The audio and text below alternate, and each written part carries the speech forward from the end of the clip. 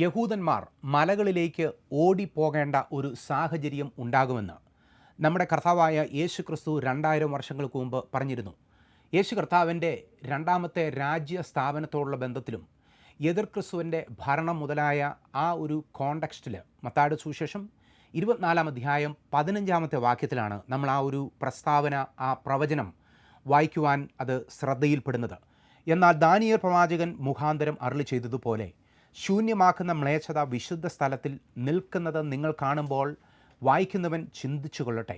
അന്ന് യഹൂദിയയിലുള്ളവർ മലകളിലേക്ക് ഓടിപ്പോകട്ടെ. വീട്ടിന്മേൽ ഇരിക്കുന്നവൻ വീട്ടിലുള്ളത് എടുക്കേണ്ടതിന് ഇറങ്ങരുത്. വയലിലുള്ളവൻ വസ്ത്രമെടുപ്പാൻ മടങ്ങിപ്പോകരുത്. ആ കാലത്ത് ഗർഭിണികൾക്കും മുല കുടിപ്പിക്കുന്നവർക്കും അയ്യോ കഷ്ടം. എന്നാൽ നിങ്ങളുടെ ഓടിപ്പോക്ക് ശീതകാലത്തോ ശബത്തിലോ സംഭവിപ്പാതിരിപ്പാൻ പ്രാർത്ഥിപ്പീൻ. ലോകാരംഭം മുതൽ ഇന്നുവരെയും സംഭവിച്ചിട്ടില്ലാത്തതും ഇനിമേൽ സംഭവിക്കാത്തതുമായ വലിയ കഷ്ടം അന്ന് ഉണ്ടാകും. വളരെ വ്യക്തമാണ് നമ്മുടെ കർത്താവായ യേശു ക്രിസ്തു ഇവിടെ പറഞ്ഞിട്ടുള്ള വാക്കുകൾ. ഇത് യഹൂദന്മാരുടെ പശ്ചാത്തലത്തിലാണ് പറയുന്നത്. പ്രത്യേകിച്ച് യഹൂദയിൽ പാർക്കുന്ന, ജൂഡിയ റീജിയനിൽ പാർക്കുന്ന യഹൂദന്മാരുടെ ജീവിത പശ്ചാത്തലത്തിലുള്ള ബന്ധത്തിലാണ് യേശു കർത്താവ് ഇത് പറഞ്ഞിട്ടുള്ളത്. ക്രൈസ്തവരോടോ ശിഷ്യന്മാരോടോ പറഞ്ഞിട്ടുള്ള കാര്യമല്ല. ഇതിൻ്റെ പശ്ചാത്തലം, അതായത് അത് ശബത്തിൽ സംഭവിക്കാതിരിക്കുവാനും അത് യഹൂദന്മാരുടെ ക്ലൈമറ്റ്, അവരുടെ സീസൺ മുതലായിട്ടുള്ള കാര്യങ്ങളിൽ ടൈലർ ചെയ്തുകൊണ്ട് അതിലേക്ക് അതിനെ ഉൾക്കൊള്ളിച്ചുകൊണ്ട് പറഞ്ഞിട്ടുള്ള വാക്കുകളാണിത്. ഈ ഒരു കാര്യം യഹൂദന്മാർ മനസ്സിലാക്കേണ്ട കാര്യമല്ലേ? അവർക്കിത് അറിയുവാൻ സാധ്യമാകുന്നില്ലെന്നുണ്ടെങ്കിൽ അതൊരു വലിയ കുഴപ്പമാവുകയില്ലേ? ഓടിപ്പോകണം എന്നുള്ളതാണ് യേശു കർത്താവ് പറഞ്ഞിട്ടുള്ളതെങ്കിൽ അവിടെ കൂടി നിൽക്കുവാൻ അവർക്ക് അതിനുള്ള അവസരം അവർ അങ്ങനെ ഉണ്ടാക്കിയെടുത്താൽ അത് അപകടകരമായി തീരും. അതുകൊണ്ട് അവർ ഓടിപ്പോകുക തന്നെ വേണം. എന്നാൽ അവർ എങ്ങനെയാണ് ഓടിപ്പോകുന്നത്? ഇങ്ങനെയൊരു പ്രശ്നം വരുന്ന സമയത്ത് ഓടിപ്പോകണമെന്നുള്ള നിർദ്ദേശം അവരുടെ മുൻപിൽ ഇല്ല എന്നുണ്ടെങ്കിൽ ഓടിപ്പോകുവാനാണോ കൂടി നിൽക്കുവാനാണോ അവരോട് പറഞ്ഞിട്ടുള്ളത്? അങ്ങനെ ഒരു കമാൻഡ് അവരുടെ മുൻപിലുള്ളത് യഹൂദന്മാർ അറിയണ്ടേ എന്നുള്ളതാണ് പ്രധാനപ്പെട്ട കാര്യം. ഇന്ന് നമ്മൾ പറയുവാൻ ആഗ്രഹിക്കുന്ന കാര്യം, യഹൂദന്മാർ ഈ വചനം അറിഞ്ഞു തുടങ്ങി എന്നുള്ളതാണ്. അതെ, നമ്മുടെ കർത്താവായ യേശു ക്രിസ്തുവിൻ്റെ വരവിനോടുള്ള ബന്ധത്തിൽ, യേശു തൻ്റെ രാജ്യസ്ഥാപനത്തോടുള്ള ബന്ധത്തിൽ, ഈ ഭൂമിയിൽ നടത്തുവാൻ പോകുന്ന അല്ലെങ്കിൽ ചെയ്യുവാൻ പോകുന്ന കാര്യങ്ങളുടെ അടിസ്ഥാനത്തിൽ, പശ്ചാത്തലത്തിൽ യഹൂദന്മാർ വിവിധ മേഖലകളിലാണ് അവർ ഒരുങ്ങിക്കൊണ്ടിരിക്കുന്നത്, തയ്യാറായിക്കൊണ്ടിരിക്കുന്നത്. അതെ, ഒരു വശത്ത് സഭ യേശു കർത്താവിനെ സ്വീകരിക്കുന്നതിന് വേണ്ടി, യേശു കർത്താവിൻ്റെ സന്നിധിയിൽ ചേരുന്നതിന് വേണ്ടി ഒരുങ്ങുന്ന സമയത്ത് യഹൂദന്മാർ അവർ ഒരു രാജ്യമായി അവർ പോലും അറിയാതെ യേശുക്രിസ്തുവിൻ്റെ വാക്കുകളെ അവർ ഏറ്റെടുത്തുകൊണ്ട് അതെ ഓടിപ്പോകുവാൻ തയ്യാറാകുന്നു. അതെ, അതിനുള്ള മുഖാന്തരങ്ങൾ യഹൂദന്മാരുടെ ഇടയിൽ ഈ ദിവസങ്ങളിൽ അത് ഉരുത്തിരിയുന്നു എന്നുള്ളതാണ് നമ്മൾ ഇന്ന് ചിന്തിക്കുവാൻ പോകുന്ന കാര്യം. യേശുക്രിസ്തു പറഞ്ഞ ഈ കാര്യം, അതായത് യഹൂദയിലുള്ളവർ ഓടിപ്പോകട്ടെ എന്നുള്ള കാര്യം, അത് 1-ാമത്തെ നൂറ്റാണ്ടിൽ റോമക്കാർ യെരുശലേമിനെ വളഞ്ഞ സമയത്ത് സംഭവിച്ചതാകാൻ ഉള്ള സാധ്യതയുണ്ടെന്ന് ഉള്ള ചിന്തയിൽ ആ രീതിയിൽ അതിനെ പഠിക്കുന്നവരുണ്ട്, ഈ ഒരു വേദഭാഗത്തെ പഠിക്കുന്നവരുണ്ട്. എന്നാൽ സത്യമെന്നുള്ളത് ഇതിന് തുല്യമായിട്ടുള്ള ഒരു സംഭവം 1-ാമത്തെ നൂറ്റാണ്ടിൽ AD 60 ശേഷം യെരുശലേമിൽ സംഭവിച്ചിരുന്നു. അവിടെ സംഭവിച്ച കാര്യം, റോമക്കാർ വളഞ്ഞ സമയത്ത് യഹൂദന്മാർ ഓടിപ്പോയില്ല. എന്നാൽ അവർ യഹൂദ ദേശത്തെ യെരുശലേമിനെ പ്രൊട്ടക്റ്റ് ചെയ്യുന്നതിന് വേണ്ടി പിടിച്ചു നിന്നു. എന്നാൽ യേശു ക്രിസ്തു പറഞ്ഞ ഈ വാക്കിനെ, അല്ലെങ്കിൽ ഓടിപ്പോകണം എന്നുള്ള ഈ കമാൻഡ് ഉള്ളതുകൊണ്ട് ക്രൈസ്തവർ ചെയ്തൊരു കാര്യമെന്ന് പറയുന്നത് അവർ അവിടെ കൂടി നിൽക്കാതെ അവർ ഓടിപ്പോയി. അതുകൊണ്ട് ക്രൈസ്തവ മാർഗമെന്ന് പറയുന്നത് വളരെ ശക്തമായ രീതിയിൽ റോമൻ വിവിധ പ്രൊവിൻഷ്യകളിലേക്ക് വ്യാപിച്ച ഒരു ചരിത്രമാണ് AD 70 ബന്ധത്തിൽ നമ്മൾ ക്രൈസ്തവ ചരിത്രത്തിൽ നിന്ന് മനസ്സിലാകുന്നത്. അന്ന് യഹൂദന്മാർ ഓടിപ്പോയില്ല, ക്രൈസ്തവർ ഓടിപ്പോയി. അവിടെ യഹൂദന്മാർ കൂടി നിന്നതുകൊണ്ട്, അവർ ആ ഒരു വിശുദ്ധ ദേശത്തെ അതിനെ പ്രൊട്ടക്റ്റ് ചെയ്യുന്നതിന് വേണ്ടി കൂടി നിന്നതുകൊണ്ട് അവരെ സംബന്ധിച്ചിടത്തോളം അനേകരുടെ ജീവിതത്തെ രക്ഷിക്കുവാൻ സാധ്യമായില്ല. എന്നാൽ 1-ാമത്തെ നൂറ്റാണ്ടിൽ സംഭവിച്ച കാര്യം എന്ന് പറയുന്നത് അത് യേശു ക്രിസ്തു പറഞ്ഞ ഈ പ്രവചനത്തിൻ്റെ നിവൃത്തിയല്ല. അത് ഈ പ്രവചനത്തിൻ്റെ ഒരു pre figuring of the future event എന്നുള്ള ഒരു കാറ്റഗറിയിലാണ് നമ്മളതിനെ പഠിക്കുന്നത്. അതായത് ഭാവിയിൽ നടക്കുവാൻ പോകുന്ന ഒരു സംഭവത്തിൻ്റെ ഒരു പ്രീ ഫിഗർ, അങ്ങനെ അതിന് സമാനമായിട്ടുള്ളൊരു കാര്യം അതിൻ്റെ ഇമ്മീഡിയറ്റ് കോണ്ടെക്സ്റ്റിൽ അവിടെ സംഭവിച്ചു എന്നുള്ളത് സത്യമാണ്. എന്നാൽ മത്തായിയുടെ സുവിശേഷം 24-ാം അധ്യായത്തിൻ്റെ കോണ്ടെക്സ്റ്റ് എന്ന് പറയുന്നത് വളരെ സ്പെസിഫിക് ആണത്. എൻഡ് ടൈംസിനെ കുറിച്ചാണ് പറയുന്നത്. അവിടെ എതിർ ക്രിസ്തുവിൻ്റെ ഭരണകാലത്തെക്കുറിച്ചാണ് പറയുന്നത്. എതിർ ക്രിസ്തു ശൂന്യമാക്കുന്ന മ്ലേച്ഛത പ്രവർത്തിക്കുമെന്നും യഹൂദന്മാരുടെ ആലയത്തിൽ യഹൂദന്മാർക്ക് വിരോധമായിട്ടുള്ള യാഗത്തെ അർപ്പിക്കും എന്നും തുടങ്ങിയ കോണ്ടെക്സ്റ്റിലും പശ്ചാത്തലത്തിലുമാണ് യേശു ക്രിസ്തു പ്രാവചനികമായി ഇത് പറഞ്ഞിട്ടുള്ളത്. അതുകൊണ്ട് തന്നെ മത്തായിയുടെ സുവിശേഷം 24-ാം അധ്യായത്തിലെ ഈ സംഭവം നടക്കുവാനുള്ള സംഭവമാണ്. അത് നമ്മുടെ മുൻപിൽ നടക്കുവാനുള്ള സംഭവമാണ്. ഈ ഒരു വേദഭാഗം നമ്മൾ പഠിക്കുന്ന സമയത്ത് ഞാൻ ഇതിനു മുമ്പ് പറഞ്ഞതുപോലെ ഇത് യഹൂദന്മാർക്കറിയാമോ എന്നുള്ളൊരു കാര്യമാണ്. കാരണം യേശുക്രിസ്തു പറഞ്ഞിട്ടുള്ളതാണ്, നിങ്ങൾ അവിടെ നിൽക്കരുത്. 1-ാമത്തെ നൂറ്റാണ്ടിൽ നിന്നതുപോലെ നിങ്ങൾ അവിടെ നിൽക്കരുത്, നിങ്ങൾ ഓടിപ്പോകണം, ഒന്നും എടുക്കുവാൻ പോലും പുറകോട്ട് പോകരുത്, അത് ശീതകാലത്ത് സംഭവിക്കാതിരിക്കട്ടെ എന്ന് യേശു കർത്താവ് പറയുന്നു. അപ്പോൾ യഹൂദന്മാർക്ക് തിരിച്ചവരുടെ ഭവനങ്ങളിൽ വരുവാൻ പോലും ഉള്ള സമയമില്ലാത്ത രീതിയിൽ യഹൂദന്മാർ ഓടിപ്പോകുന്ന ഒരു കാലഘട്ടം ഉണ്ടാകുമെന്നാണ് ദൈവത്തിൻ്റെ വചനം പറയുന്നത്. അത് എതിർ ക്രിസ്തുവിൻ്റെ ഭരണ കാലഘട്ടമാണ്. എതിർ ക്രിസ്തു ഈ ഭൂമിയെ ഭരിക്കുന്ന സമയത്ത് യഹൂദന്മാരുമായി ഒരു ട്രീറ്റി ഉണ്ടാക്കും. നല്ലൊരു ബന്ധം സ്ഥാപിച്ചെടുക്കുന്ന രീതിയിൽ ആ ഒരു ട്രീറ്റിയെ, കവനൻറ്റിനെ മുന്നോട്ട് കൊണ്ടുപോകുന്ന സമയത്ത് യഹൂദന്മാരോടുള്ള ബന്ധത്തിൽ എതിർ ക്രിസ്തു ചെയ്ത ആ കവനൻറ്റിനെ എതിർ ക്രിസ്തു തന്നെ മാറ്റിയിടും. എതിർ ക്രിസ്തു തൻ്റെ സ്വന്തം ബിംബത്തെ കൊണ്ടുവന്ന് യഹൂദന്മാരുടെ ആലയത്തിൽ സമർപ്പിക്കുന്ന സമയത്താണ് ശൂന്യമാക്കുന്ന മ്ലേച്ഛതയുടെ ആ ഒരു റവലേഷൻ അവിടെ ഉണ്ടാകുന്നത്. അവിടെ നമ്മൾ കാണുന്നത് ആ ഒരു പോയിന്റിൽ, അതായത് കവനൻറ്റിനെ എതിർ ക്രിസ്തു ബ്രേക്ക് ചെയ്യുന്ന സമയത്ത്, എതിർ ക്രിസ്തു തൻ്റെ സ്വന്തം പ്രതിമ കൊണ്ടുവന്ന് ആലയത്തിൽ പ്രതിഷ്ഠിക്കുന്ന സമയത്ത്, ഇവിടെ എതിർ ക്രിസ്തുവിൻ്റെ യാഗങ്ങൾ ഉയരുന്ന സമയത്ത് യഹൂദന്മാർ ആ എഗ്രിമെൻറ്റിൽ നിന്ന് പിന്മാറുകയും അവർ പ്രാണരക്ഷാർത്ഥം ഓടിപ്പോകേണ്ട സാഹചര്യം ഉണ്ടാകും. അതിനെ എതിർത്ത് നിൽക്കരുത്. എതിർ ക്രിസ്തുവിൻ്റെ ഈ ഒരു പ്രവൃത്തിയെ എതിർത്ത് നിൽക്കുവാൻ നിങ്ങൾക്ക് അനുവാദമില്ല, അല്ലെങ്കിൽ എതിർത്ത് നിൽക്കുന്നത് അപകടകരമാണ്, നിങ്ങൾ ഓടിപ്പോകണം. ഇങ്ങനെയുള്ള ഒരു മുന്നറിയിപ്പ് യഹൂദന്മാർക്ക് നൽകുന്നതിന് വേണ്ടി പ്രവർത്തിക്കുന്ന അനേക ക്രൈസ്തവ സംഘടനകളുണ്ട്. പ്രത്യേകിച്ച് ജൂഡിയ റീജിയൻ, അതായത് യെരുശലേം ഉൾപ്പെടുന്ന ആ ഒരു റീജിയനിൽ ഇങ്ങനെയുള്ള ഈ വചനങ്ങൾ, യേശുക്രിസ്തുവിൻ്റെ ഈ മുന്നറിയിപ്പിനെ യഹൂദന്മാർക്ക് കൺവേ ചെയ്യുന്നതിന് വേണ്ടി പ്രവർത്തിക്കുന്ന ഇസ്രയേലി പ്രൊജക്റ്റ് എന്ന് പറയുന്ന ഒരു സംഘടനയുണ്ട്. ജെറുസലേം പ്രോഫസി കോളേജ് എന്ന് പറയുന്ന ഒരു കോളേജുണ്ട്. അനേക ലഘുലേഖകൾ അവിടെയുള്ള ഭവനങ്ങളിൽ എത്തിക്കുന്ന അനേക ക്രൈസ്തവ മിഷണറി പ്രവർത്തകരുണ്ട്. അവരെ സംബന്ധിച്ചിടത്തോളം ദൈവവചനം വളരെയധികം പഠിക്കുകയും യേശുക്രിസ്തുവിൻ്റെ വാക്കുകൾക്ക് കൂടുതൽ പ്രാധാന്യം നൽകിക്കൊണ്ട് അവർ യഹൂദന്മാരെ ഒരുക്കുകയും ചെയ്യുക എന്നുള്ളതായിരുന്നു അവരുടെ ഏറ്റവും വലിയ ദൗത്യം. അവർ ഇന്നും അത് ചെയ്തുകൊണ്ടിരിക്കുകയാണ്.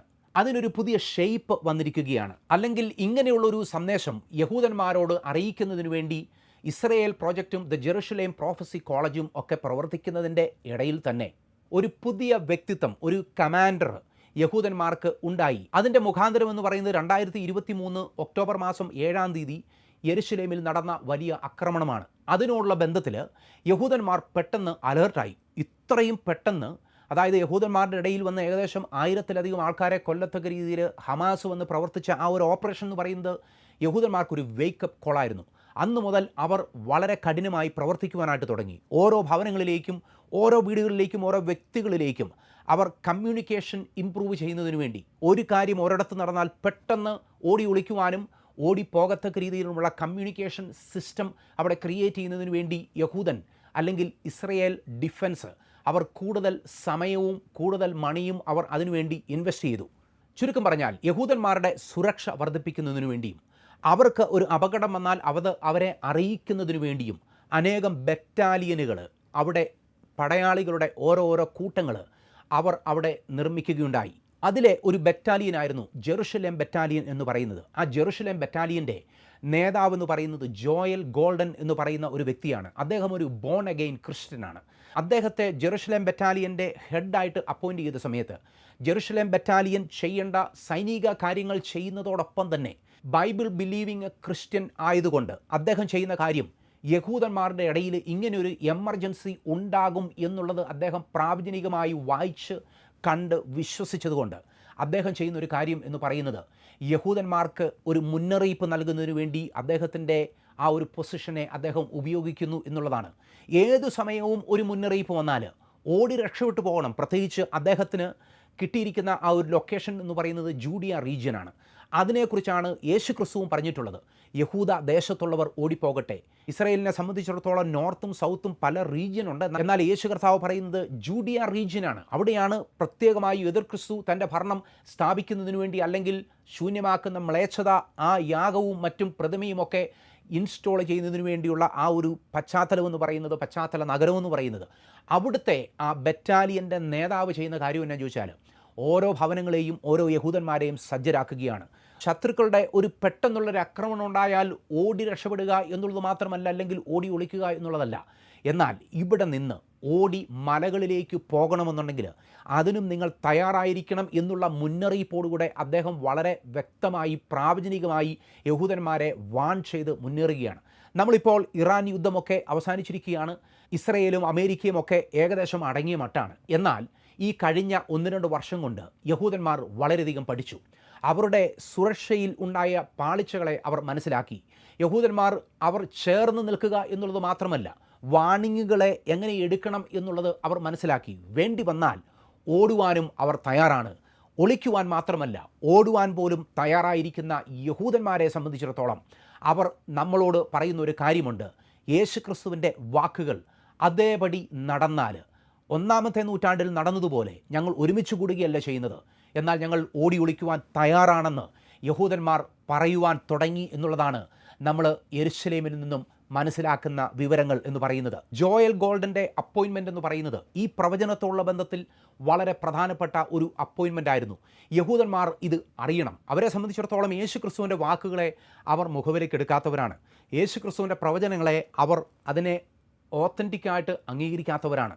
എന്നാൽ അവരുടെ ഇടയിൽ പോലും യേശുക്രിസ്തുവിനെ വിശ്വസിക്കുന്ന ഒരാൾ നേതൃത്വത്തിൽ വന്ന സമയത്ത് അദ്ദേഹത്തിൻ്റെ സ്വാധീനം ഉപയോഗിച്ച് അദ്ദേഹം തൻ്റെ വിശ്വാസം അനുസരിച്ച് യഹൂദന്മാരോട് പറഞ്ഞ് മനസ്സിലാക്കുന്ന കാര്യങ്ങളിൽ ഒന്നെന്ന് പറയുന്നത് നിങ്ങൾ ഓടിപ്പോകുവാൻ തയ്യാറാകണം എന്നുള്ളതാണ്.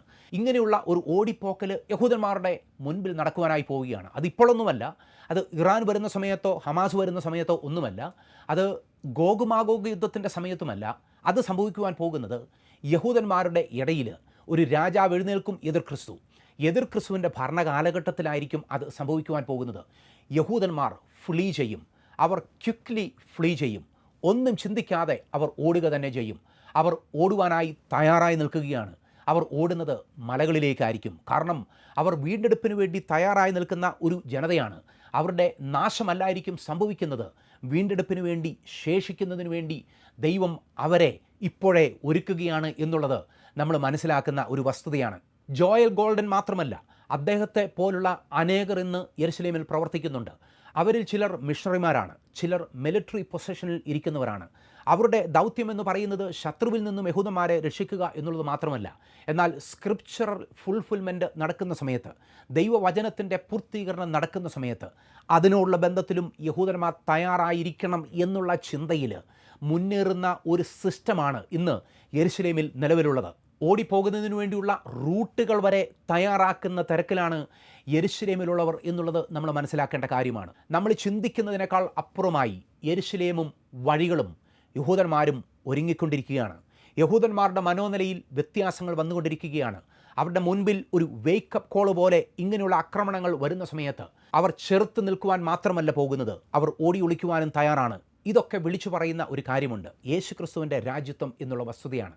യേശുക്രിസ്തു തൻ്റെ രാജ്യത്വം ഈ ഭൂമിയിൽ സ്ഥാപിക്കുവാൻ സമയമായി. അതിനോടുള്ള ബന്ധത്തിൽ എല്ലാവരും ഒരുങ്ങുകയാണ്. എല്ലാ രാജ്യങ്ങളും ഒരുങ്ങുകയാണ്. എക്കോണമി ഒരുങ്ങുകയാണ്. യുദ്ധങ്ങൾ അതിനോടുള്ള ബന്ധത്തിൽ നടക്കുകയാണ്. ജിയോഗ്രഫിക്കലി ഓരോ ബൗണ്ടറീസും ഓരോ ഡിവിഷൻസും അതിനുള്ള ബന്ധത്തിൽ ഒരുങ്ങുകയാണ്.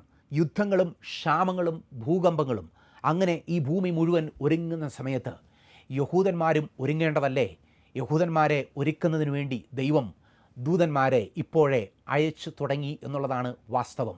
ഏറ്റവും പ്രധാനപ്പെട്ട കാര്യം, എല്ലാവരും ഒരുങ്ങുമ്പോൾ നമ്മൾ അതിനുവേണ്ടി റെഡിയായിട്ടുണ്ടോ എന്നുള്ളതാണ്. യേശുക്രിസ്തു തൻ്റെ രാജ്യത്വം ഈ ഭൂമിയിൽ സ്ഥാപിക്കുന്നതിന് വേണ്ടി വരുന്ന സമയത്ത് യേശുക്രിസ്തുവിനോടുകൂടെ വാഴുന്നതിന് വേണ്ടിയുള്ള ഭാഗ്യമാണ്, അതിലേക്കുള്ളൊരു ഇൻവിറ്റേഷനാണ് വിശുദ്ധ വേദപുസ്തകം നമ്മളോട് പറയുന്നത്. തൻ്റെ ഏകജാതനായ പുത്രനിൽ വിശ്വസിക്കുന്ന ഏവനും നശിച്ചു പോകാതെ നിത്യജീവൻ പ്രാപിക്കേണ്ടതിന് ദൈവം യേശുവിനെ നൽകുവാൻ തക്കവണ്ണം ലോകത്തെ സ്നേഹിച്ചു. നമ്മളെ സംബന്ധിച്ചിടത്തോളം യെരുശലേമിൽ നിന്നും യഹൂദയിൽ നിന്നും മലകളിലേക്കും ഒന്നുമല്ല നമ്മൾ ഓടുന്നത് ദൈവത്തിൻ്റെ സന്നിധിയിലേക്കാണ്. അവിടെ നമുക്ക് വേണ്ടി ദൈവം കാത്തിരിപ്പുണ്ട്. ദൈവത്തിൻ്റെ സ്വന്തം പുത്രനായ യേശു ക്രിസ്തു, നമുക്ക് വേണ്ടി യാഗമായ യേശു ക്രിസ്തു, കുഞ്ഞാടാകുന്ന യേശു ക്രിസ്തു നമുക്ക് വേണ്ടി അവിടെ രക്ഷിതാവായി കാത്തിരിപ്പുണ്ട്. യേശു ക്രിസ്തുവിനെ നിങ്ങളുടെ ഹൃദയത്തിലേക്ക് സ്വീകരിക്കൂ. എല്ലാവരും ഒരുങ്ങുമ്പോൾ നാം കൈവിടപ്പെട്ടു പോകാതിരിക്കുവാൻ പ്രാർത്ഥനയോടുകൂടെ ക്ഷമയോടുകൂടെ കാത്തിരിക്കാം. ദൈവം നമുക്ക് കൃപ നൽകുമാറാകട്ടെ.